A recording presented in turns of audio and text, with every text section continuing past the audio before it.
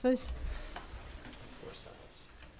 I pledge allegiance to the flag of the United States of America and to the republic for which it stands, one nation, under God, indivisible, with liberty and justice for all.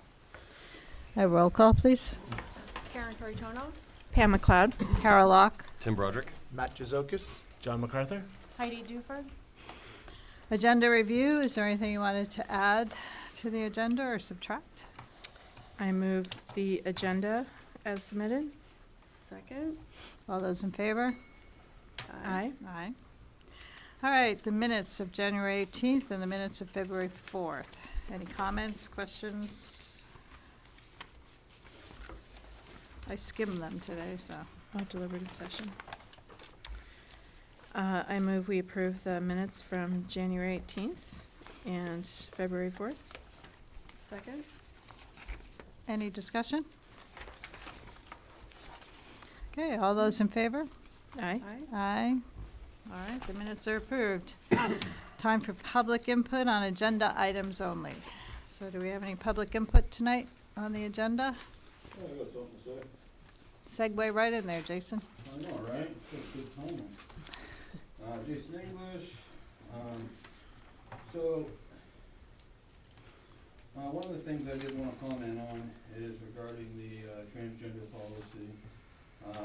Everything, in my opinion, looks pretty alright as far as, keeping boys in boys' rooms and girls in girls' rooms.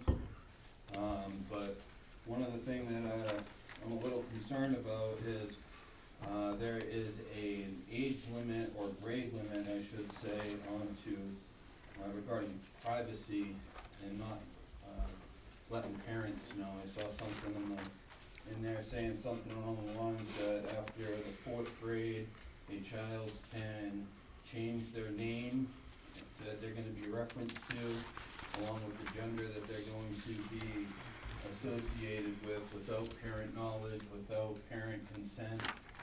I don't think that is very appropriate. I think that we should be doing everything in our ability to get parents, on board and everybody's on the same page. I feel like something like that is going to create more division, potentially adding more risk to the child's, mental welfare. I think that we should be, getting the parents involved with that. I don't understand how kids and adults are not capable of making a decision regarding masks and mandates, but we're gonna allow them to make this decision all on their own, that they're gonna change their name, change their gender at the 4th grade. I mean, that, to me, it seems pretty extreme, to say the least. That's all I got. Thank you guys for all you do. You guys have a great night. Okay, thank you. Is there anyone else have public input? Okay, if seeing none, I will close public input. We're going to move Sean to the top of the list of informational items so that he can go home. So Sean is here to talk to us about what happened during our sub-zero weather and all the progress he's made. I met with them last week, and Sean's right on top of it, so I have total confidence in you, Sean. Well, thank you. Yeah, that was a pretty hard weekend. With the cold weather that we were anticipating, I thought it would be a good idea to put my maintenance staff on a building check every couple of hours. And during the 2 o'clock Come on the building check, microphone. Do you want to stand up? Is there a microphone there? Sorry, I was just thinking about the video. I'm wondering if you could sit at the end, maybe. Yeah. There you go. Sorry, Sean. Sure, no problem. Is that over? Yeah. Okay. Well, last weekend with the really cold weather anticipated, I thought it'd be a good idea to put our building on a building check with my maintenance crew. And around 2 o'clock, one of our maintenance team members was doing a building check and found that one of the unit ventilators, the heating coil froze, which when it froze, it leaked into the classroom. So he called me up, and I came and we isolated it and got the system back up and running in the ERC wing. And then right in a row, we lost 3 more because of the wind. And talking with E&E, who we work with for our HVAC company, these units are heaters, but they're also fresh air exchanges. And from what I gathered from them, the cold air just came in through the vent and made the heating coils burst. So we got those all cleaned up by midnight, and I sent my employee home, and then I stayed till about 3 in the morning, called in another maintenance staff member to do a building check, and went home. When I got home, he called me up and said we had a blown sprinkler pipe. So I came back and called in 2 more maintenance members and notified John and Tim of what happened. And we just started cleaning it all up. And we had every bit of standing water cleaned up at about 8 o'clock to 8:30. And I met with John, and we were figuring out a game plan. I had our sprinkler company come in to rebuild that section that failed so we can operate school again. And going forward, I met with Primex, I've met with ServPro. They've already removed the wet insulation. And Thursday, I am meeting with an insulation company to re-insulate that area, and then we can pretty much be done with that hallway, and that's all set. We're still working with an HVAC company to figure out, moving forward, what to do with those 4 unit heaters that are down. But we do have safe temporary heat in there right now, and the rooms are pretty comfortable. Great. So that's where we stand now. So were Thank those you. old systems that failed us? Correct, Right, they were the ones that were 50 years old. approximately. So we have to find a more modern solution, then, it sounds like. Correct. Okay. Any other questions for Sean? No, thank you to you and your team for doing all that work to Yeah, we really appreciate mitigate the it. damage. Oh, you're welcome. So, yeah, and that's, oh, sorry. That's where we stand with everything for the water damage, and I'll certainly continue to keep John, Tim, and Heidi in the loop, all the progress we make moving forward. Great. Thank you so much. You're Thank you welcome. very much, Thank you. yes. As I said, we really appreciate you and your team. Oh, You did a great job. thank you. Thanks That's for coming 3 in the tonight. morning is above Sure. and beyond. Oh. So, all right, before we go on with anything else, I would like to take a moment to thank Karen for her service for our school board. This is her last ACS meeting, so she still has one more. We're going to torture her by making her come back in March, but To the JMA. for our Yeah. high school one. But I do have a plant for you. Oh, It's a very pretty one that Deb ordered. And we oh, thank you very just want to much. thank you very much for all your years of service. I truthfully am going to miss your attention to detail. Everything you've done for the school has been amazing. So thank you very much, Karen. Thank you. It's been wonderful to work with all of you. Thanks. I'll try not to kill this. I have a black thumb, so I ignore my plants, and they seem to live that way. You know, water them once a week, and we're done. Thank you very much. So, all right, enrollments. We have the enrollments figures for February, as of February 1st. Were there any questions about those or comments? ACS has 428 students, and we send 194 students to the Prospect. All right, if no other comments or questions, we'll go on to financials. So Yeah, the financials on the 1100s, I did go through it and realized we hired a Title I teacher. That wasn't budgeted in the 1100, the first line. But we also eliminated 2 Title I assistants. So you'll see, that's why the top line, that's one reason why it's negative, and then you'll see the overage in the second line, which is the Title I assistants that we're not filling. So that could answer a big part of that. Plus, there's been turnover in staff with different dollar amounts. And I did encumber the shared services. If you look through the different functions, you'll see it encumbered for the rest of the year. You know, it's estimated. So hopefully that Thank you. helps.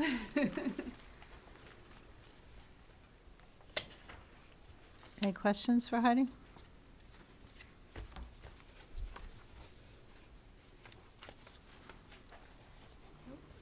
No? Okay, thanks Heidi. Appreciate all your hard work too. Deliberative session review, everything went forward, so we really have not much to talk about. So are there any comments about our deliberative session?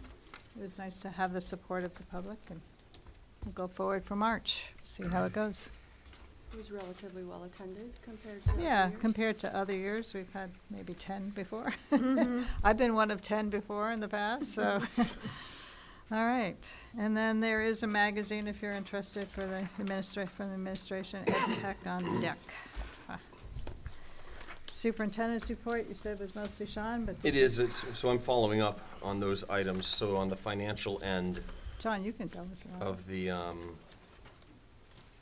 of the facilities issues, so we have a Primex claim in for the water damage and the repair to the sprinkler system. That'll include the replacement of coils in 4 1974 vintage unit heaters, which are located in the ERC wing of this building. If we go with straight replacements, that's completely covered by our insurance company. If we do that, that will leave us still with 8 or 9 other 1974 vintage unit heaters in that wing of the building, and we'll see you next winter, maybe. So, before we charge ahead, we're getting that price from Primex. They will do what you would expect your auto insurance company to do. They would write us a check for the actual replacement cost of those items, and then we could choose to do something different with it. So we've already had our engineers come out and take a look at that wing. At a minimum, we'll get a price for changing the entire system over probably to a liquid propane fueled system similar to the one that we're using ESSER grant money to put in the gymnasium right now. We should have that estimate quickly enough that if we want to, we could put it out to bid and get a real number. You are required, if you choose to encumber out of surplus any amount at the end of the year, required, supposed to, according to the auditors, actually have a bid to encumber against, not just a number that we made up that we think is pretty close. But we have time, so that's what we're working on, and that doesn't mean that we will come to you recommending that you do that. It'll depend. I mean, I have a number in mind, but it's way too early to talk about it. We'll get a real one for you. But it seems like a real possibility. If you did do that, so part of that is I believe you're going to have adequate surplus that you'd be able to do it. But again, it depends on the numbers that come back. But the other thing is, we just ran the first warrant article toward the next 5-year boiler replacement, and it just so happens that the next boiler replacement is for that wing. So if we did it now, you would still continue to build toward the next boiler replacement because there are 5 boiler rooms in this school, but we would potentially eliminate one by changing the technology. So now we're talking about how many boilers do we really want in this school, and how many of these rooftop or ground mounted, they sit on stilts outside in some cases, units would we prefer to have running off gas instead of oil. So we have a lot of work to do additionally, but just so you know, we are not just having those heaters replaced. The temporary solution, as Sean said, has made those rooms comfortable, everybody's safe. We can operate like this for the rest of this winter if we need to. It's really fine. So that's where we are, and that's what we're doing with Primex and with H.L. Turner, our engineering firm, regarding that wing. In the hallway outside between the gym and the cafeteria, where the trophy cabinets are, and down in the 3-4 wing, we will have those repairs done, and Primex will pay for all of that, less our deductible. At the SAU, about a month ago, we had high winds, and part of the roof vent got ripped off. Oh, wow. on the peak of that roof. It appears that that roof was installed in 1993 and is, if that's when the building was built, then it's original to the building. But I don't know when that building was built, so I guess I'm not sure of that Telling part. me it was a private. 93, 93, okay, there so you go, we Deb. think that the roof there is original. So to repair what needs to be repaired, ballpark about $5,000. To just roof the whole thing, probably 10. So we'll get, again, a real number, and we'll bring it to you possibly in June, asking what you want to do about that. And neither am I, that's why we have to go get real numbers, but that's how it works. We're never sure. That's funny. So that's the other end of the, of some of the facilities things that are going on now. So I think you're likely to see a request for encumbrances on some of those things, and if you want to have an additional conversation about the SAU building roof in light of how that building is being used now, you'll have an opportunity to do that in March or again in April if you want to. And if you don't want to, you don't have to. But I think you'll be hearing from us in May and June about how you'd like to proceed with that repair. Mhm. Okay? Yeah, 30 years seems like Sounds a good. long. It's long enough for, Oh, yeah, yeah, 30 years shingles. for a roof. Yep. They've done well. I'm just backing up for a minute. What is the temporary solution in the It's electric area that was heat. damaged? So that wing has plenty of heat, it's just not in all the right rooms anymore. So I don't know to what degree it's still a little too hot out in the big common area. It wasn't bad the last time I went down there, it's a little warm, but it's not cranked all the way up. And then we've placed a couple of very, very safe electric heaters, you can walk right over to them and touch them. You don't get burned, they blow air out, there are no moving parts that even the smallest kids can get their fingers into, they're really great. And seem to be working well. Yeah, Great. so that's it.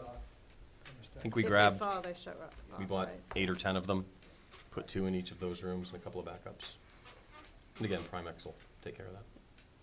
Great, great. Any other questions, comments? All righty. Seeing none? Have a nice night, Sean. Thanks, Sean. Matt, curriculum instruction and assessment? In your packet, you should have my report for this evening. A couple highlights. The Lakes Region CIA group, we'll be holding what we call an unconference on March 23rd at Plymouth State University. This is an opportunity to share ideas with and learn from education colleagues from around the region. In there, you see there are 3 paths that we're looking at: creating inclusive communities, future learning pathways, and MTSS. My goal is to bring about 3 people per building to this unconference and have the opportunity to talk with others from around the Lakes region. We chose this process because we felt like oftentimes when you have a conference, you have the scripted people talking, and you don't have a lot of time for people to collaborate. And so we'll have people who will oversee the conversations and facilitate that so that it's healthy. There's also going to be some time for the teams to be able to meet as well and have discussions about what they learned and what they were part of. So we're looking forward to this. This is the first try on this type of professional development, so I will give you feedback in April. Upcoming March 20th, our teacher workshop day. Again, our goal will be for our ACS group to work with the BES faculty and staff. And this will give us a whole day, a nice chunk of time to really roll up our sleeves and take a look at the standards and the I-CAN statements. We're going to focus in on math at the K through 5 level in terms of looking at the scope and sequences. And we'll certainly follow up with ELA later on in the school year. If not, we'll be doing some summer work around the scope and sequence on that part of it. So again, another opportunity for them to collaborate and continue the alignment process. Just a quick update on our mentor-mentee program. The program, it's off to an excellent start. Again, the goal is to develop collegial relationships in the building and develop staff capacity through a coach-based model grounded in collaboration and observations. At this point, the mentors and mentees have had around 4 or more opportunities to observe one another, meet weekly and provide support to each other. Greg has done an excellent job in facilitating some of the meetings and really kind of working with the mentors and mentees. And the feedback that he's received has been positive. In fact, one particular staff member had stated that the mentor program has had a massively positive impact on her first year, and is really happy that she's been part of that piece of it. So, moving forward, we'll continue some observations and meetings, and in some cases, there might be some potential opportunities for co-teaching. So we'll continue down that path. At some point in the not-too-distant future, I'll be meeting with the mentors and the mentees separately to get some feedback from them about the program, what the likes, what the dislikes are, and then we can make some adjustments moving forward. But overall, it seems to be a positive at this point, so. Matt, how are you going to choose who's going to that unconference with you? I am leaving it up to the principals, based off of the strands that we're looking at, to look at who they feel would be best suited to attend that. So representatives from different parts of the building, you're thinking? Okay, great. That's the hope, yes. That's the hope. Yep. All right, thanks. Any other questions for Matt? Matt, I know you probably mentioned this in another meeting, but when do you expect to have a data dashboard available for ACS? Yeah, so we're hoping March. One of the things we're doing, John and I have been working on the core value pieces of it. He's been meeting with teams here to look at the rubric and determine how we want to break it up, pre-K through 4, 5 through 8. What does that look like in terms of how we assess it and how do we report out on it, whether we're using numbers, things of that nature. So process has been a little bit slower than it hoped, but again, I think it's been somewhat deliberate as well, because we want to make sure that what we do the first go-around gives us a good basis for moving forward for next year. So I'm hoping March, but maybe April. So. And is any focus of the data dashboard going to address some of the weak spots we've seen in past testing, or are we going to have sections that hone in on detail based on where we think we need to focus? We haven't, as far as the data is concerned, we'll take a look at the grade level data. We will highlight some certain areas, but for the most part, it'll be pretty global. Our hope is that through the work with our standards and our canned statements, and really looking at where our gaps are, we'll start to identify some of those things. Again, what we have to understand is that, we have programs, there's tools that we're using to implement our curriculum. And so some of the things that people are finding out is that those tools aren't always hitting all of the standards. So again, when they're not hitting those standards, how are we filling those gaps? And so that's part of that process that we've been using throughout the year. So Thank you. my hope is that where we see those gaps are the same, that align to where our deficiencies are as well. Any other questions, comments? Thanks, Matt. Thanks, Matt. Technology update? I just want to point out one thing. There's a technology update in your packet, and near the bottom, under additional items, you'll see that so Alton Central School was using software called Securely to provide security for all of the Chromebooks that leave the building and go all over the place. The annual renewal cost of that was almost $7,400. At one of the other schools, we were using Lightspeed to do the same work. We're now using Lightspeed in all 3 schools. We already implemented it, paying it from next year. So going forward, we're going to be saving, well, you can do the math, but it costs It's right here. $1,585. Oh, you're going to save Right there. $5,787 next year using 25 Lightspeed instead of cents. Securely. And we'll be using the same software at all 3 of our schools, so our staff can That'd be support nice. one product. That'd be great. Any questions? We for chose the Tim? less expensive option. We had to think really hard about that. If it works, that's what matters, right? Apparently they both work. Yeah. Yeah. Any know why they questions changed. for Tim about that? Nope. All righty, you're up, John. Principal's report. So, we had our script spelling bee. Happy to announce that our runner-up was Wade Mitchell and our champion was Kent Marston. Also, there was a question about last month about the musical. We are doing Schoolhouse Rock Junior. Mrs. Grasso and Miss Bebo held auditions early in February, and they actually already started their rehearsing, so we're excited for that in April. On early release, Matt talked about it already, but we also worked on our on SAS questions,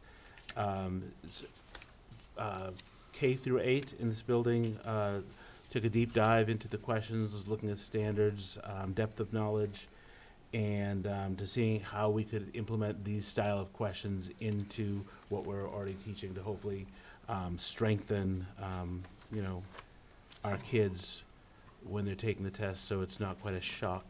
Everything from like the calculators on the on Chromebooks are different than what they use in class. Is that an issue? Or the depth of the questions, how far they're going, the different breaking down the larger questions into smaller chunks. So there's a lot of discussion, a lot more discussion that has to happen, but it was a start. It was well used time. The outreach ski program started successfully last Friday, and will continue again this coming Friday. The pyramid model leadership met, and plans are underway for a kindergarten registration family engagement activity, which is going to be breakfast and crafts on the 23rd. They're super excited for that. And then in March, a pre-K St. Patrick's Day scavenger hunt, similar to what we had last year. I had the update for heat and burst, but I think everyone else has covered that. I have one additional item that I do have permission to share. Today at our staff meeting, we actually ended up having a baby shower for Sam and Sarah Cowan, who baby came a little bit early on February 11th at 4:22 a.m. Due date was supposed to be March 3rd. So, but I'm happy to announce I think this is the first time in my career that I've actually had 2 staff members have a child as I've been principals. But Adeline Ruby Cowan, Oh, pretty. she was born 6 pounds, 11 ounces, 19 inches long. Mom, Dad, and baby Adeline are all doing great, and I even have pictures to share. Oh, sweet. She's adorable. Yeah, I love babies. That's great. Thanks for sharing that. Absolutely. I had a question about the ski program. What do the kids left behind do when they're here? Do they do other activities? Yeah, we do stay day activities for the other kids, and there's all sorts of different things they can choose from to do. And So they have enrichment activities back here? yes, yes. I was just curious, because we used to send kids skating, bowling. There are other things Swimming. that are out there. So it's just fun to find out what they're doing here in addition to skiing. I know my grandchildren love the ski program, but there are kids who don't ski, so. Right. So they do have things they're doing here. Yep, That's definitely. great. Are there Okay. any outdoor activities here? I don't know. I'd have to look to be 100% on to give you an accurate answer, but I don't believe we're doing outdoor, at least this last round. Who organizes the activities? The Each team? teachers on the team that stay behind. Oh, okay. All right. I was just curious, you know. Any other questions for John? No? Okay, great. Thank you, John. Sure. Building and grounds, we already heard from Sean, so we should be all set with that. As I said, I'm on the Building and Grounds Committee. I don't know why, but I am. I don't have much expertise in that area. But Sean is great, you know. He is going to try to work on lights out on that side of the building, because we leave the building at night.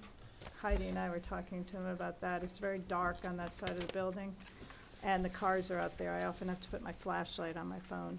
So I have information on that. Oh, you do? Yeah, he was digging into that, and we do have lights on the outside of the building, but they're not consistent. So he's looking at solutions for that, because we do have the lights, and sometimes they were on, like we were doing checks last week after we And heard they were about it. on, huh? And they were on, He thought maybe a timer, yeah. Oh, you know, okay. when it's off.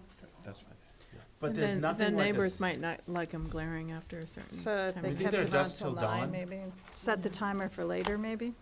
But he wasn't unable to locate said timer, other than we think they may just be dusk to dawns, which you can see those up there. Hmm. So he's investigating, and they're plenty bright, they're just, No, I understand the Inconsistent, so. concern for neighbors, absolutely. Right. I wouldn't want lights glaring on my windows either, but if we could even keep them on till 9, so when we get out of, or even 8, I don't know, that will make us get out earlier, right? But it has been a hazard, tripping hazard out there with the curb and the darkness, And if you get out of a basketball game, same deal. You know, I've gone to many a basketball game where I'm like, with my light. So, all right, thanks for the follow-up, John. Sure. All right, we're on to action items. Our school calendar.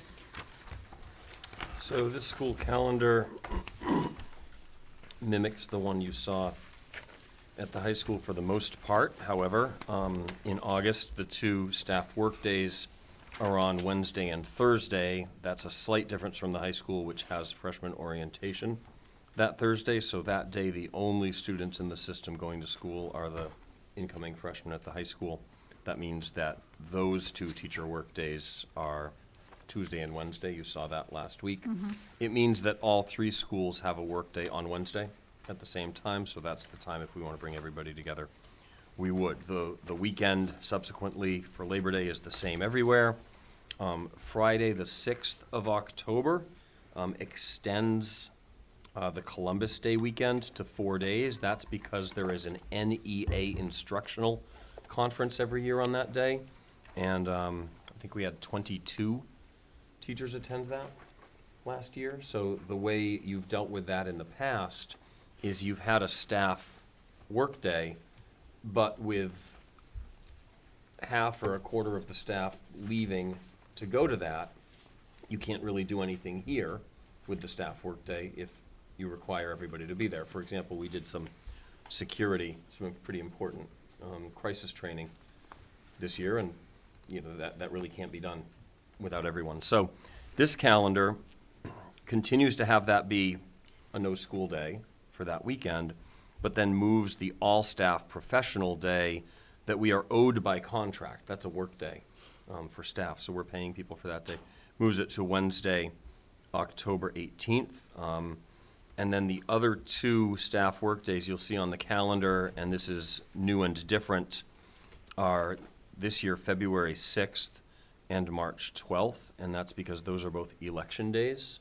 And since we have voting next year, definitely in 1 and potentially in 2 of the 3 schools, by having staff work days there, we can still have staff work, even though we have situations in a couple of schools where voting is disruptive enough that we can't also have students in the building. So we can get our professional development obligations met on those days while the public is voting in 2 of the schools. Beyond that, you see some early releases that are fairly typical. You see that the ends of the trimesters are marked. And we do, somebody noticed this last time when we talked about the other calendar, we have to update the notation on June 18 to read L-ER because that is tentatively the last day. However, there are 5 subsequent potential snow days on the calendar.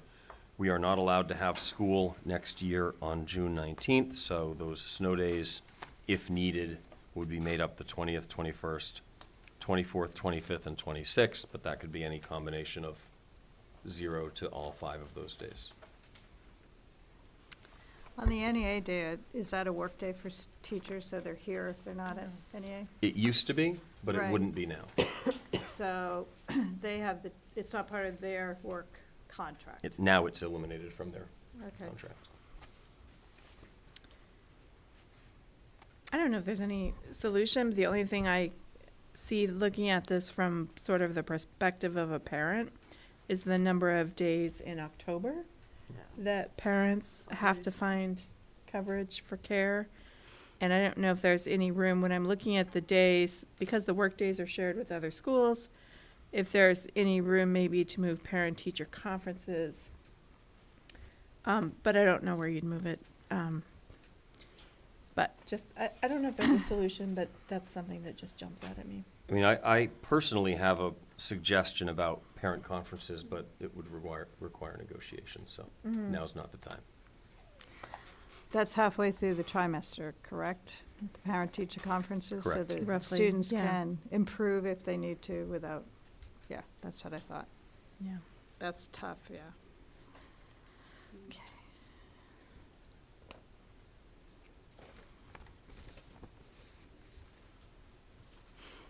Otherwise, Right. looks good.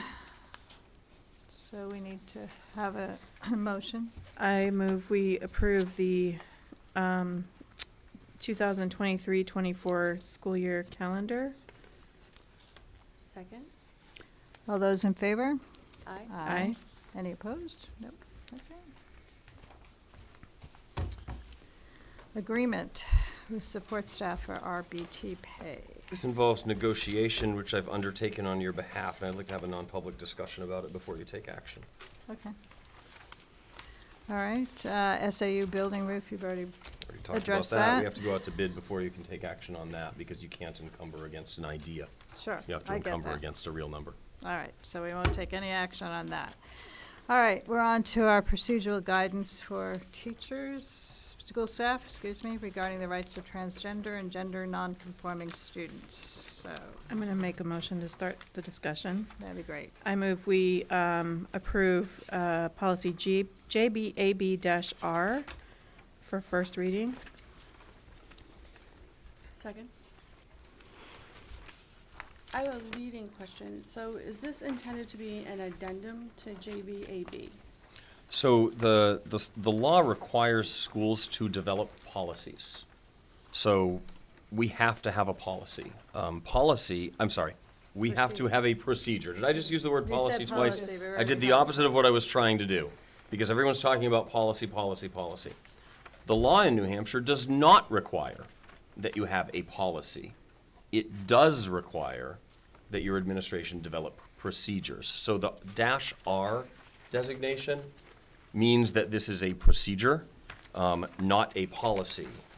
In most cases, school boards approve policies and then tell superintendents to go develop procedures, and in many cases, you never see them again. This is a different case, because everybody wants to have a voice in the development of this procedure, so that's why it's here. But this is procedure, not policy, so it is separate. You can So it would consider it not- an addendum, except that the policy itself is not required. The law does, however, require us to have written procedures. So And the I- policy's in place, we already have it. Yeah. I think the only clarifying thing I'd like to state is that the line is grade 6 and above, not grade 4 and above. And I'm sure that was just a verbal typo, but I just wanted to state that for the record. Well, and I do think, Middle school versus elementary school. Right. Mrs. McLeod, that this is the crux of a lot of the controversy, so it's better to really discuss it than to shy away from it. Yeah. In other states, schools are being challenged in the courts for opposite reasons about the same thing. So there are some advocacy organizations that seek to protect the civil rights of transgender and gender nonconforming students who are bringing suit against schools that will not allow students to change their names or pronouns except by consent of a parent. And then there are parents bringing suits against school districts that don't require consent in order to take the same action. So it truly is sort of the crux of the issue right here. This procedure, which we didn't come up with ourselves, this is one of the ways some schools are trying to navigate this issue, does draw a line between grades 5 and 6, but above that line, in the middle school, it also states in 2 consecutive paragraphs that it is possible, first, for a student to be addressed by a name or pronoun that does not match their gender identity without parent permission if an independent counselor or licensed medical professional supports that action in writing. And that is because that means that there's a conversation going on. And rather than the school becoming the arbiter of what's right or wrong, it places the school as a third party in that conversation among the students, medical providers, parents, and yes, the school. And then the second paragraph addresses use of the school's student information system and applies the same standard. So If not by parent guardian permission, then in writing from a licensed counselor or doctor. I'm not trying to suggest to you what I think is ultimately going to prevail. I believe that the New Hampshire legislature is going to act on this, and even that may not be the end. This could keep going for a while. So that is just to make it clear to everyone exactly what this says. And I guess I just want to note that what's in the student information system, there's kind of a school operational part of the student information system, and there's a state reporting part of the student information system. So I know that in most schools, the legal part cannot be changed without some kind of legal document or paperwork, so. Well, and it very much encourages parents to be involved.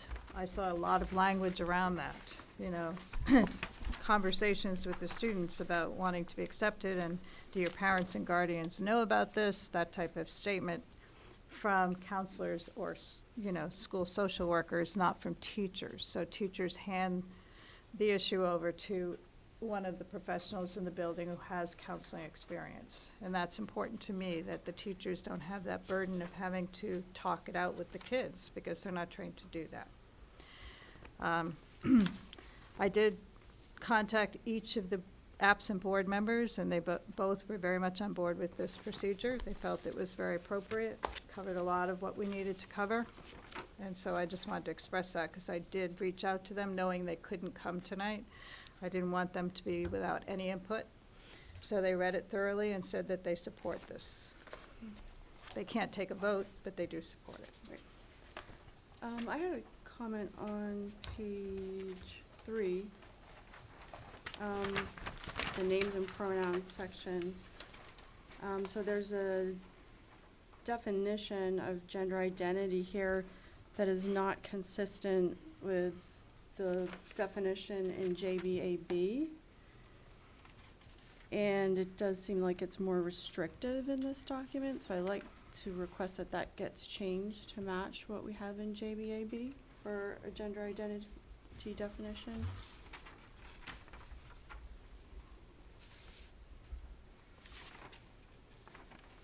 Do you remember what the language is in that? Yeah, it's gender identity is a person's deeply held sense or psychological knowledge of their own gender, regardless of the gender they were assigned at birth. Everyone has a gender identity. And I think that this definition here sounds like it relates more to a definition that describes gender dysphoria in the sense of like a DMS type of definition. I'd suggest if this is the procedure that goes with the already approved policy, that we just remove the sentence and not define it, since it's already defined in the policy that comes before it. Sure.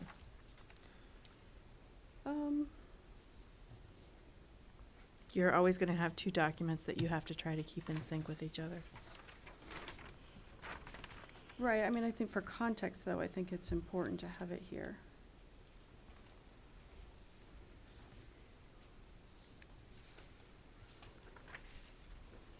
So you're suggesting the first line would be changed to the definition from the policy? To match the policy.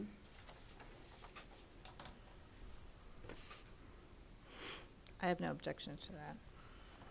I don't really either. Tim, do you have any thoughts?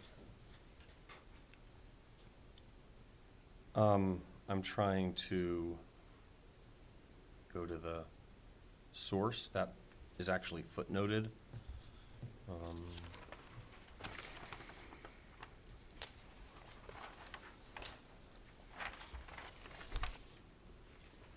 It's the American Psychological Association.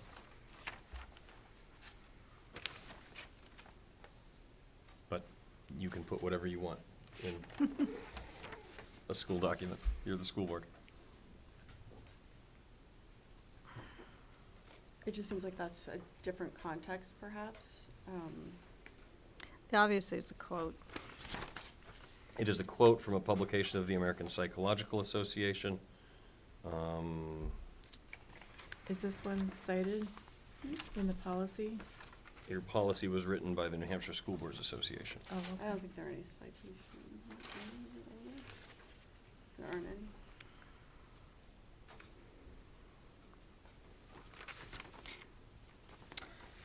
It's not a hill I'm willing to die on. I'm just more comfortable with the cited quote than a non-cited quote.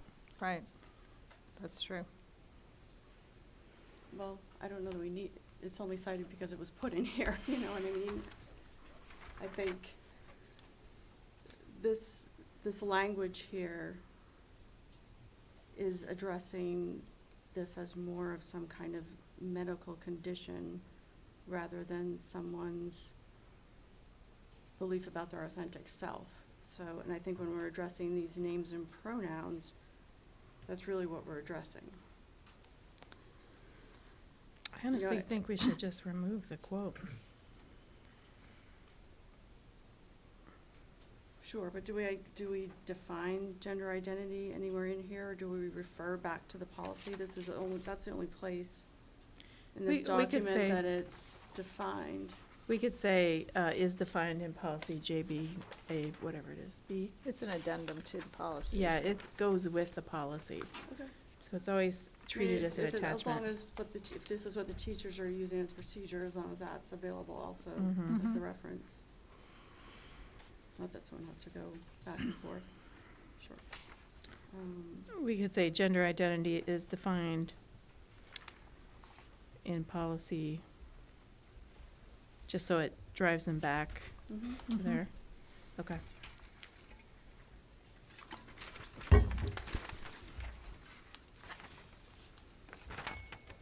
So, you know, and also with regard to pronouns,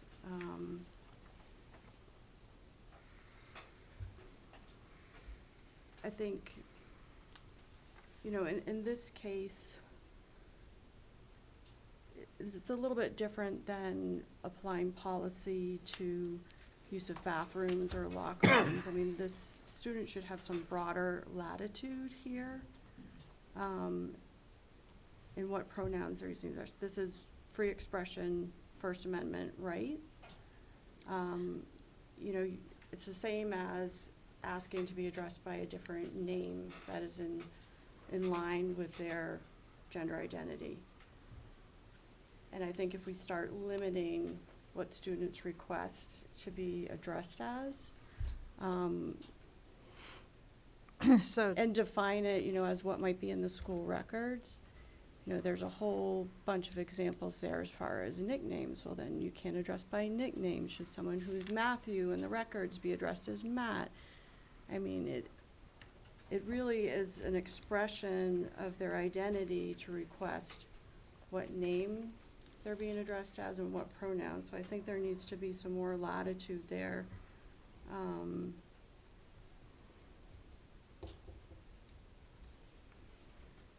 You know, this is a protection of a student's right to express themselves. It's not the same as what someone would need to meet for a diagnostic criteria of gender dysphoria. So I think they're two different subjects.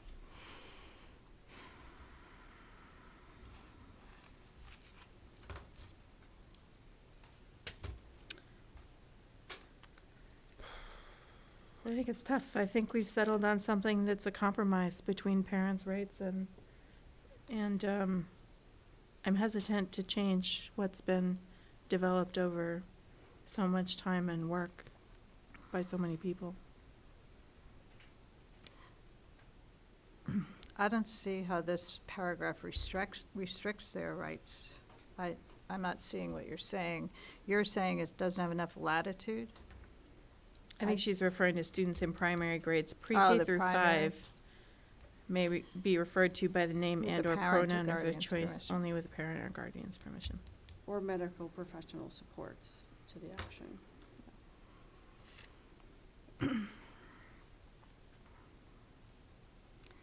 I see it as compromise also, that we've had to compromise because there are a lot of parents in pre-K through 5 who want to say in what's happening there. And there's a lot of sort of legislation that's pending and waiting to be released. I think we're Well, I think we're it- waiting for more clarity from the state, to be honest. I also think we have to depend on our counselors to get us through this. In other words, the professionals are the ones who are gonna be meeting with the children. If they sense any kind of danger involved here or, unsafe environment, they need to act on it. They're mandated reporters, just like all of us in the state of New Hampshire as adults are mandated reporters. And if they're going to a counselor to begin with, that person should have the expertise to see that there's fear involved or there's some kind of safety issue. I would depend on them to deal with all of this, because we could micromanage it and talk about all this language, but if they sense there's danger, they have to report that. Right. Well, I think that maybe we need to have something when, for the K to 5 requiring parental permission, maybe we do need some kind of safety valve, right?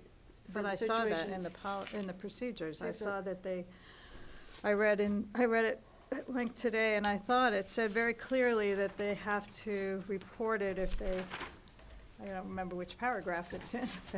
Oh, okay, it's on the second page, third paragraph down. If any school employee at any time has reason to fear for the child's safety, then they will take appropriate action under the requirements of mandated reporting laws.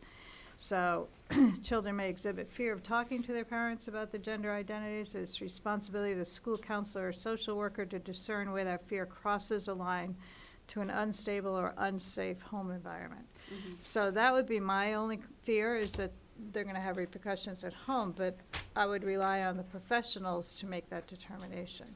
And then they are obligated to report it. Right, well, what I was gonna say is, that the K to 5 parental permission as a default would have this absent of extraordinary circumstances as determined by a school social worker or guidance counselor, Mhm. which is pretty much what you said. I don't know that I see that that's there in that paragraph, but I don't know if that's clear in the subsequent sections, where Well, I it's- think it builds on it. I think it builds, each paragraph builds on the next, Yeah. so. I have no concerns as long as the school counselors are dealing with it or the school social worker.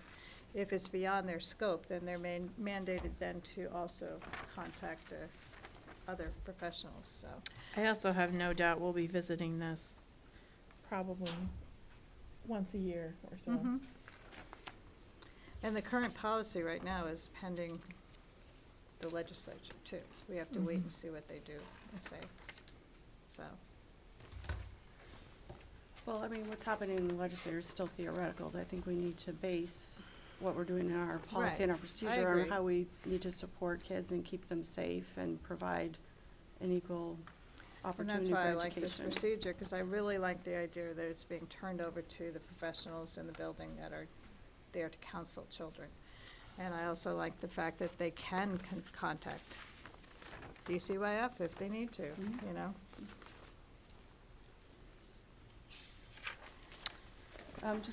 Just one comment on that, that definition of gender identity. I also wanted to point out, I want to make sure we don't use that again because it does refer to being the other gender. So that really does not include any kids who are binary or gender expansive, so we really shouldn't use that language anywhere.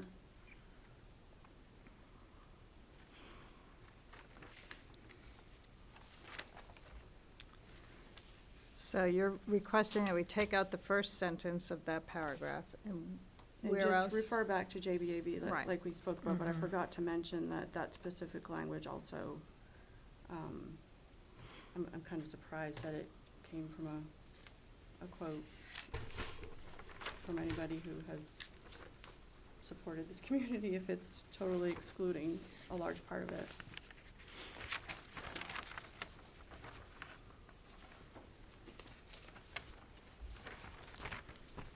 It's not perfect. I think it's a good start. Yeah, I think it is a good start. So we need to take action on this tonight, Yeah, I already made a motion. right? So. And this is just first reading, correct? That's policy language. This is not a policy. You can Right, do so whatever we you can want. Oh, adopt this okay. tonight. Okay. Oh, okay. So, The agenda said first reading. Yes, It it does does. But that's policy language. and So this is I'll not a modify policy. my, motion to strike the first reading portion.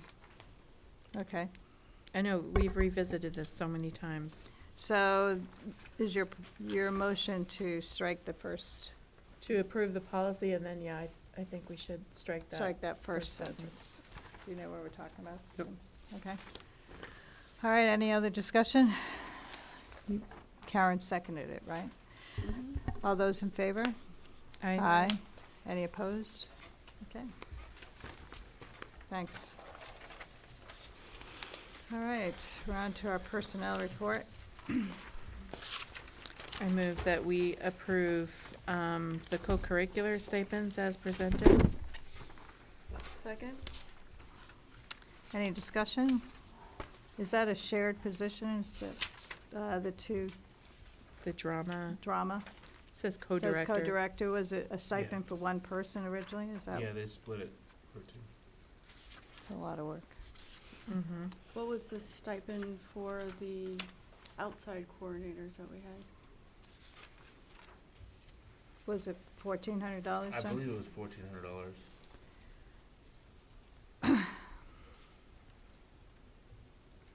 I don't know. That seems kind of small. I mean, It if you compare it seems, to it seems, coaches. exactly. I would entertain a motion to increase it.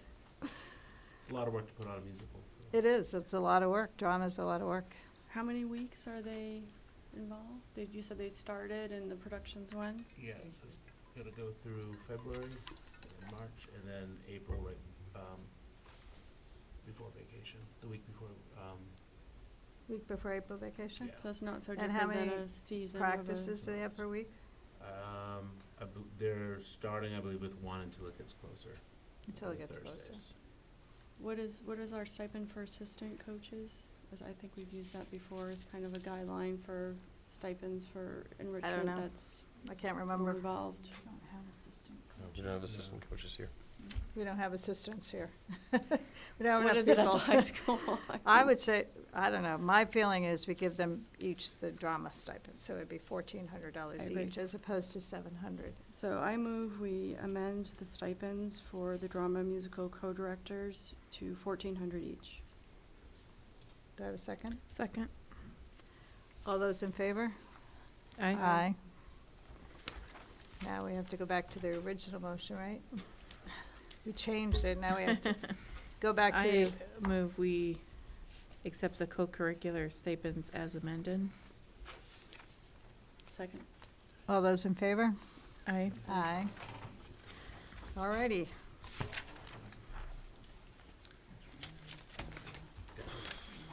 Okay, we're on to our next public input.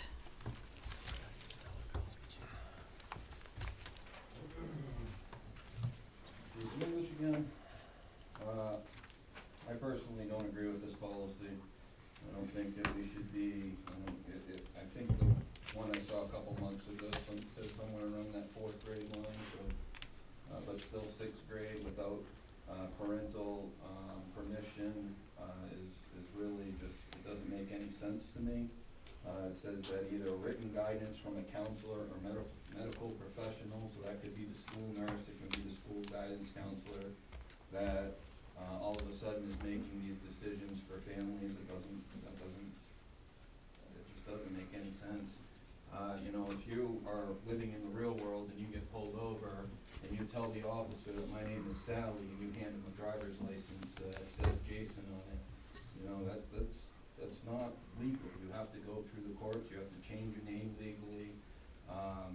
It just doesn't make any sense to me why we're gonna start empowering secrets that could be detrimental to these kids' health. What if the guidance counselor says, you know, in order to become a boy or a girl or whatever and help promote that, you need to take hormone blockers or testosterone or whatever to really, you know, empower this vision of yourself. You know, we're talking about kids' rights, but does a kid have a right to bring a gun in here? Does a kid have a right to really express and use whatever words he or she wants to use? Do they have a right to and to a defense attorney when they get in trouble is something that could be held with them against, you know, more so in the high school than here, where there's no representation at all. They get pulled into a meeting, they're learning their constitutional rights in junior year, but yet they're gonna be questioned by the resource officer, the principal, without a parent's knowledge. I mean, where's the kid's rights there when they can be legally punished for those wrongdoings? You know, where was their right to come to school without a mask on? You know, I pay taxes for them to be able to come to school and have an education, and their rights were restricted then. They had to do that, they had to comply. If we're gonna get into political correctness, because that's what this seems to be more than anything, you know, do we need to just get rid of genders altogether? Should we get rid of boys' rooms and girls' rooms? Should we just call them penis rooms and vagina rooms? Would that make people more comfortable? I mean, if you're equipped with this genitalia, then this is where you go, as opposed to playing the political correctness game. You know, I'm really concerned that a child is going to get raped, or what happens if there's a kid in the stall next to whoever it is and they're masturbating? I mean, these are real questions that we really have to be concerned about, and it's also things that we need to be concerned about legally. I mean, we can get sued for this stuff, and it's just another wall and another line against parents and students, and I just don't understand how, and you guys keep looking at the time. I know this is hard to listen to, but it's real. This is real, and it's only gonna be real when somebody gets hurt and we're getting sued as a town for this stuff. It's happening in our state. Thanks, No, you Jason, don't for your care. input. Have a great night. You too. Do we have other public input tonight?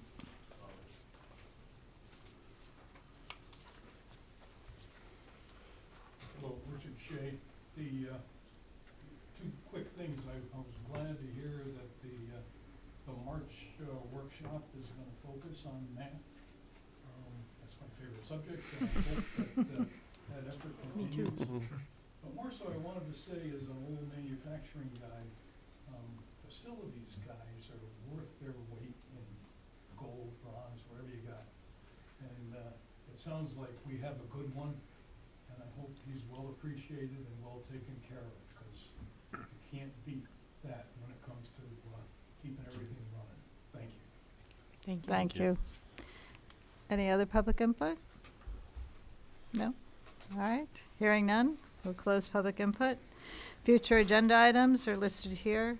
Did anyone have anything else? Looks like a full agenda in April. Oh, branding, Tim, Yeah, I have it on my list. okay, If you have any feedback for me now, yes, I do. I'll take it. And, but we're gonna be involved in a process here for a little while. The feedback, because we all saw that, the prospect meeting, right? Yeah. The feedback from this school, you know what it is, I'm sure. We already put quite a bit of effort into the logo here a couple of years ago. I like the branding overall and the matching. I don't like the, whatever it was, the animal that was representing Alton. I kind of like the mountain thing that we already, it's not an animal, but, what's already on the letterhead. Maybe just a different shape. It's great for slightly. letterhead. Yeah, It doesn't make for much of a basketball uniform That's or a soccer true. uniform. that's true. That one. I That's do true. like the mountain too, the Mountaineers. That was a big process that involved kids. Yeah. Yeah, it did. And voting and lots of selection, and it would be good to have a mascot, but And I think part of the idea of that logo that everyone liked is that it showed teamwork to get to the top of the mountain, it gave that impression, so. That was the first thing I noticed, that was kind of taken away on I know you're trying to make them all fit in the one mountain, but. yeah, I don't mind the circle, like kind of making it fit inside that circle. Okay. The Yeti or whatever, I'm not sure what it was. Can't remember. Bigfoot? I'm not sure. I'm not sure what it was, but then someone said it was a Yeti, yeah. Yeah. So do you want, Otherwise, him I like the branding, all three to- do you want schools. him to bring that to our next meeting? and- I will bring it to you next Okay. meeting Yeah. with the revisions. All right, thank you. Anything else you want to add to the agenda for next time? We're gonna miss you, Karen. I know, gonna miss you here. All righty, I guess we need to go into non-public tonight, so can I have a motion? We enter non-public under RSA 91-A:32 A and C. Second. Have a roll call? Yes. Yes. Yes. All right, thank you very much for coming tonight. Thank you,